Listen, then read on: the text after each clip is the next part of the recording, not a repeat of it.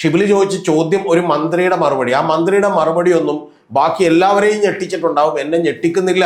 കാരണം അങ്ങനെ ഞെട്ടിക്കാൻ പോകുന്ന മനസാക്ഷിയൊന്നും ഈ പറയുന്ന നമ്മുടെ നാട്ടിലെ രാഷ്ട്രീയ പ്രവർത്തകർക്കില്ല. കാരണം അങ്ങനെ ഉണ്ടായിരുന്നുവെങ്കിൽ ഷിബിലി ഒന്ന് ആലോചിച്ച് നോക്ക്. സിദ്ധാർത്ഥൻ എന്ന് പറയുന്ന ഒരു കുട്ടി, ഒരു രാഷ്ട്രീയ എതിരാളിയും അല്ലാതിരുന്നൊരു കുട്ടി, പൂക്കോട് വെറ്ററിനറി സർവകലാശാലയിൽ 3 ദിവസം മൃഗീയമായി ക്രൂരമായി പീഡിപ്പിക്കപ്പെട്ട്, മൃഗീയമായി എന്ന് പറഞ്ഞാൽ ചിലപ്പോൾ മൃഗങ്ങൾ എനിക്കെതിരെ കേസ് കൊടുക്കും, അത്തരത്തിൽ ക്രൂരമായി പീഡിപ്പിക്കപ്പെട്ട് കൊല്ലപ്പെട്ടതിന് ശേഷം ഇവരാരെങ്കിലും മിണ്ടിയോ?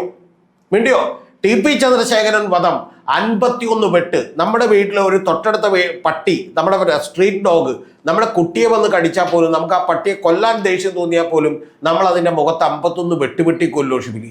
ആ വെട്ടുവെട്ടി കൊന്നതിനെ പോലും ഇന്നേ വരെ നിരാകരിക്കാൻ ഇവരാരെങ്കിലും തയ്യാറായോ? അതിൻ്റെ പശ്ചാത്തലത്തിൽ നിന്നുകൊണ്ട് വേണം ഈ പറയുന്ന ചിഞ്ചു റാണി എന്ന് പറയുന്ന, ശരിക്കും വന്നിട്ടുണ്ടെങ്കിൽ അവരെ ഈ പറയുന്ന കൊഞ്ചുറാണിയോ ചിഞ്ചുറാണിയോ എന്താ പറയുന്ന അവരെ, ആ മന്ത്രിയെ കേൾക്കാൻ.